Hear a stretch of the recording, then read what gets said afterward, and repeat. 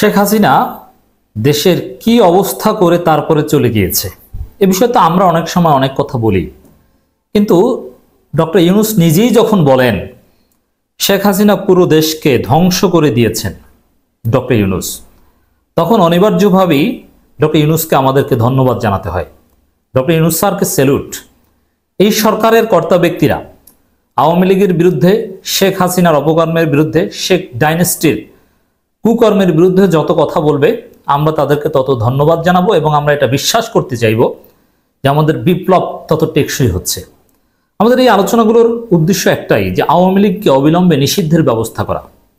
আওয়ামী লীগ বাংলাদেশে কোনো রাজনীতি করতে পারবে না। শেখ ডাইনেস্টি আজীবনের জন্য বাংলাদেশের রাজনীতির জন্য নিষিদ্ধ হবে।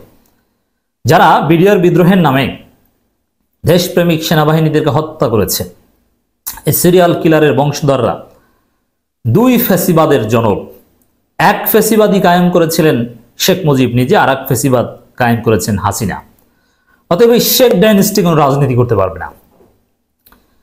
সরকারের সর্বোচ্চ পর্যায় থেকে যখন এই কথাগুলো বলা হয় যে শেখ হাসিনা পুরো দেশকে ধ্বংস করে দিয়েছেন, তখন আমাদের এই দাবি আরো মজবুত হয় যে শেখ পরিবারে কেউ বাংলাদেশে রাজনীতি করতে পারবে না, আওয়ামী লীগকে নিষিদ্ধ করা হবে।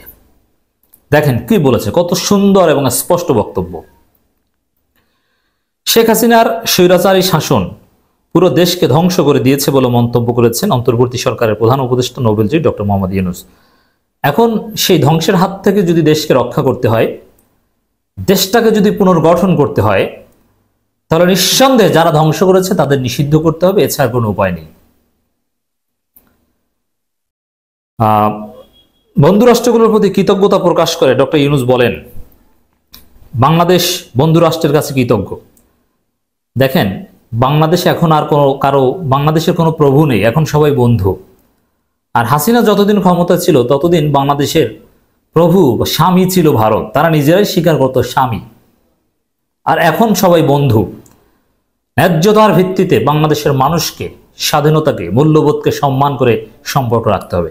ডক্টর ইউনূস ক্ষমতা গ্রহণের আগেই এটা স্পষ্ট করে দিয়েছেন যে বাংলাদেশের পররাষ্ট্রনীতি এখন থেকে কোনো নতজানু নীতিতে চলবে না, আত্মমর্যাদার ভিত্তিতে চলবে। ভারতকে হুঁশিয়ারি দিয়েছেন বেশ কয়েকবার, ভারতের প্রপাগান্ডার বিরুদ্ধে স্পষ্ট বক্তব্য দিয়েছেন ডক্টর ইউনূস। তারা আমাদের সহায়তা করেছে বন্ধু রাষ্ট্ররা। বর্তমানে একটি চ্যালেঞ্জিং সময় পার করছি। 2 সপ্তাহ হলো বাংলাদেশে দ্বিতীয় বিপ্লব সাধিত হয়েছে। হাজার হাজার মানুষ স্বৈরশাসক শেখ হাসিনার বিরুদ্ধে প্রতিরোধ গড়ে তুলেছে, তিনি দেশ থেকে পালিয়ে গেছেন। দেখেন, শেখ হাসিনার বিরুদ্ধে ক্রমাগত বক্তব্য দিতে হবে সরকারের লোকজনের। এই সরকারের লোকজন তারা যে ক্রেডিবল, তাদেরকে যে আমরা ক্ষমতায় রাখবো, কোনো উপদেষ্টাকে যে আমরা ঘাট ধরে বের করে দিব না, তার প্রমাণ দিতে হবে শেখ হাসিনা আওয়ামী লীগের অপকর্মের বিরুদ্ধে নানান ব্যবস্থা নিয়ে এবং নানান কথা বলে। ডক্টর ইউনূস সেই পরীক্ষায় উত্তীর্ণ হচ্ছেন।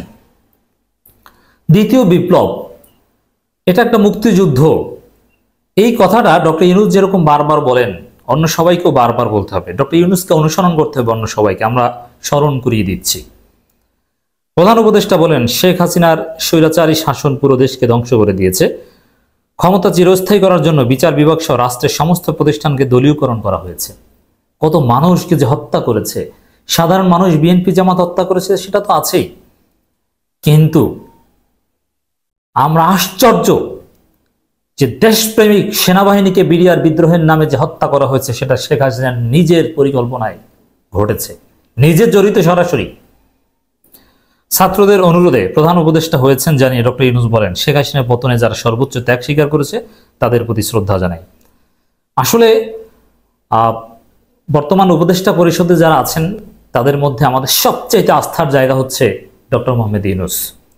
তিনি আছেন বলেই আমরা এই সরকারের উপর নির্দ্বিধায় আস্থা রাখতে পারি এবং কোনো চাটুকার বা ফেসিবাদের প্রতি সামান্য সহমর্মিতা দেখিয়ে কেউ যেই সরকারে থাকতে পারবে না, সেটা সাখাওয়াত হোসেনকে সরানোর মধ্য দিয়ে আমরা বুঝতে পেরেছি। এবং সাখাওয়াত হোসেনের জন্য আওয়ামী লীগের মায়াকান্নাও আমরা দেখেছি।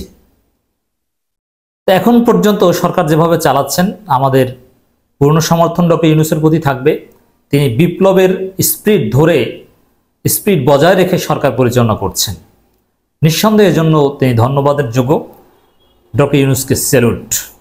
ইউনূসের হাত ধরে আমাদের বাংলাদেশে, আমি বলে দিচ্ছি, মিলিয়ে নিন কয়েক বছর পর আমাদের বাংলাদেশের অর্থনীতি হবে দক্ষিণ কোরিয়া, জাপানের মতো। আমাদের রাজনৈতিক মূল্যবোধ হবে ইউরোপ আমেরিকার বিভিন্ন সমৃদ্ধ দেশের মতো। বাংলাদেশ হবে সিঙ্গাপুর ইনশাল্লাহ।